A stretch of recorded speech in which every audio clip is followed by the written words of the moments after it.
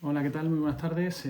Mi nombre es Juan Francisco Rodríguez Ayuso, profesor permanente laboral de Derecho Administrativo en la Universidad Nacional de Educación a Distancia, y es para mí un placer participar en el presente congreso sobre territorios sin cuidados y fronteras administrativas, con la ponencia que lleva por título Plataformas digitales de cuidados y Silver Economy, retos regulatorios desde el derecho administrativo.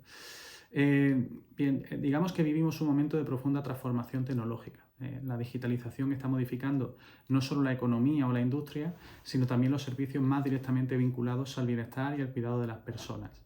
En particular, está cambiando la forma en la que entendemos la economía de los cuidados, un sector que adquiere una relevancia cada vez mayor en las sociedades envejecidas europeas. En ese sentido, en los territorios rurales o en riesgo de despoblación, la provisión de servicios presenciales de atención social o sanitaria se ha visto históricamente limitada por la falta de recursos, por la dispersión geográfica y por la dificultad de mantener profesionales en zonas con baja densidad de población. Y en ese contexto, la digitalización se presenta como una oportunidad para reconectar territorios, acercar servicios y garantizar una cierta continuidad asistencial allí donde el Estado, por razones materiales, no puede llegar con medios tradicionales. Pues bien, digamos que las plataformas digitales de cuidados surgen en este sentido como herramientas de proximidad. Permiten coordinar cuidadores, ofrecer servicios de teleasistencia, organizar voluntariado o canalizar ayudas personalizadas. En teoría parecen representar una promesa de igualdad territorial y de innovación social, pero junto a esas ventajas emergen interrogantes importantes desde el punto de vista jurídico y ético, como por ejemplo, quién garantiza la calidad del servicio prestado, quién responde ante un fallo o ante una negligencia, cómo se protegen los datos personales, especialmente cuando se trata de información relativa a la salud o a la situación de dependencia. Son todas ellas preguntas a las que el derecho administrativo debe dar respuesta. Y no desde la perspectiva tradicional de la mera autorización o sanción, sino desde un enfoque de gobernanza digital donde la administración comparte responsabilidades con el sector privado y con la propia tecnología. Aquí la llamada Silver Economy o economía de la longevidad constituye uno de los ámbitos de crecimiento más prometedores en Europa. Según datos de la Comisión Europea, representa ya cerca del 25% del PIB de la Unión y moviliza millones de empleos en sectores como la sanidad, la dependencia, el ocio, la movilidad o la vivienda. Sin embargo, la verdadera relevancia de esta economía no es solo cuantitativa, sino también cualitativa. Supone una redefinición del cuidado como actividad económica, social y digital al mismo tiempo. Y aquí la tecnología ha introducido un nuevo paradigma. Los servicios que antes exigían presencia física ahora pueden prestarse a distancia mediante aplicaciones, sensores o a través de la inteligencia artificial. Y esto cambia radicalmente la relación entre los ciudadanos, los prestadores de servicios y los poderes públicos y obliga a preguntarnos cómo puede integrarse esa transformación en el Estado social y democrático de derecho sin debilitar los principios de igualdad, solidaridad y protección de los más vulnerables. Desde la perspectiva administrativa, el desafío consiste básicamente en mantener la función de garantía del derecho público en un entorno donde los agentes privados, las plataformas y los algoritmos desempeñan un papel protagonista y prevalente. Y aquí el derecho administrativo debe adaptarse para regular sin obstaculizar la innovación, pero también para proteger sin desconectarse de esa realidad tecnológica. Por tanto, partimos de que tradicionalmente la acción del Estado en esos ámbitos se ha articulado mediante la actividad administrativa de policía, es decir, el poder de limitar, autorizar o sancionar.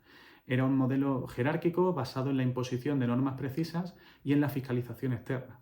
Pero las plataformas digitales y los servicios en línea no encajan fácilmente en ese esquema. Son entornos dinámicos, descentralizados y de difícil control directo, y por tanto pretender aplicarles un modelo rígido de licencias o de inspecciones sería en la práctica ineficaz. Por tanto, en los últimos años se ha producido una evolución hacia formas de regulación indirecta donde el Estado ya no actúa únicamente imponiendo reglas, sino diseñando mecanismos de supervisión compartida.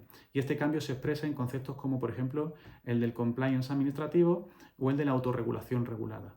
En el caso del compliance administrativo traslada, digamos, al ámbito del derecho público técnicas inicialmente desarrolladas en el sector privado y consiste en exigir que las propias organizaciones integren desde dentro de su estructura sistemas de cumplimiento, auditorías internas y canales de responsabilidad que permitan prevenir infracciones y garantizar el respeto de los valores públicos.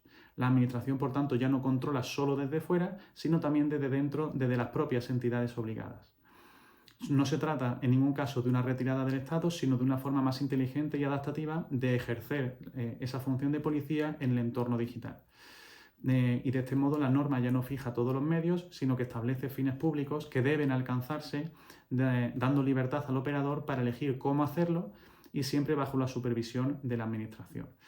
Y esta nueva lógica regulatoria se plasma con especial claridad en 3 reglamentos europeos que actúan e intervienen de manera complementaria, como son el Reglamento General de Protección de Datos, el Reglamento de Servicios Digitales y el Reglamento de Inteligencia Artificial. El RGPD introdujo un cambio de paradigma en el que pasamos de una protección formal centrada por lo que respecta a los datos en un modelo de responsabilidad proactiva, donde cada responsable del tratamiento debe aplicar las medidas necesarias para garantizar el cumplimiento, realizar evaluaciones de impacto, documentar los riesgos y demostrar que actúa conforme al principio de protección de datos desde el diseño y por defecto. Es, en cierto modo, un modelo de compliance público. Por su parte, el Reglamento de Servicios Digitales extiende esa lógica a las plataformas en línea, imponiendo deberes de transparencia, de gestión responsable del contenido, de trazabilidad de los usuarios y de cooperación con las autoridades. Aquí, las grandes plataformas deben publicar informes de riesgo, someterse a auditorías externas y adoptar mecanismos internos de cumplimiento, por lo que estamos también ante una forma clara de autorregulación regulada. Y por último, el Reglamento de Inteligencia Artificial, incorporado no hace mucho, incorpora una clasificación de riesgos y establece obligaciones diferenciadas según el impacto de los sistemas de inteligencia artificial. En el ámbito de los cuidados, esto resulta esencial porque muchos servicios de teleasistencia o de gestión de dependencia incorporan algoritmos de decisión automatizada. Y en ese sentido, se exige que sean seguros, transparentes y explicables y que se respeten los derechos fundamentales en cada fase del proceso, por lo que estos instrumentos conforman, digamos, un ecosistema jurídico-administrativo digital donde el cumplimiento, la evaluación del riesgo y la rendición de cuentas sustituyen a los viejos mecanismos de control más burocráticos. Así, digamos que si trasladamos estas ideas al terreno concreto de las plataformas digitales de cuidados, vemos un campo de enormes posibilidades, pero también de riesgos significativos. Por un lado, permiten superar barreras territoriales, de modo que, gracias a ellas, una persona mayor que vive sola en una zona rural puede acceder a servicios de acompañamiento, de atención médica a distancia o de gestión de ayudas sin desplazarse, y además las plataformas favorecen también la coordinación entre cuidadores, voluntarios y profesionales, mejorando la eficiencia y reduciendo los costes.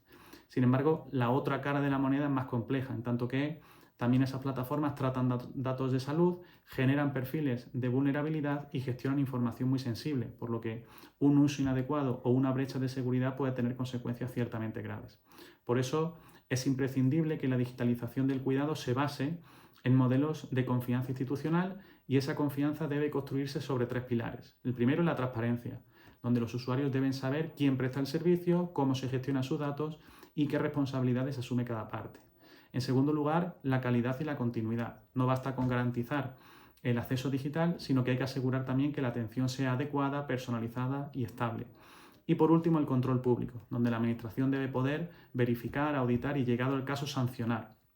Y en ese punto, el derecho administrativo puede inspirarse en otros ámbitos donde ya existen mecanismos de certificación o acreditación, como ocurre, por ejemplo, con las normas ISO o con los sellos de protección de datos. Y todo lo anterior nos conduce a una, digamos, reflexión de fondo sobre el papel que debe desempeñar la administración pública. Digamos que la digitalización no elimina la necesidad del Estado, antes al contrario la hace más necesaria, pero exige redefinir su forma de actuar.